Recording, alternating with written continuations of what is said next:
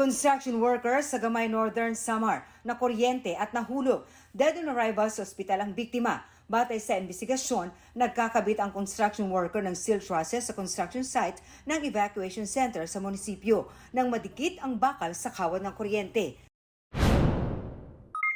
Vintage bomb. Nakita at pinaglaruan ng mga bata sa Villanueva, Misamis Oriental habang naglalaro.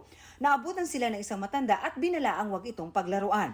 Ayon sa responding Misamis Oriental Provincial Explosive Ordnance Disposal and K9 Unit at LGU, ang vintage bomb ay isang 60mm mortar at kinakalawang na. Napag-alaman din na ang lugar ay dating kampo ng mga sundalo noong World War II.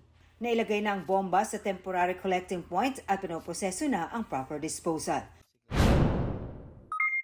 Batang babae sa Lezo, Aklan, nagsuka at lumabas ang dila. Ang hinala ng kanyang ina, nakakain umano ang 2 taong gulang na bata ng dahon ng gum cane plant. May nakita kasi siyang dahon malapit sa kanilang pintuan. Nagpunta sila sa ospital pero walang doktor kaya pinayuhang umuwi muna.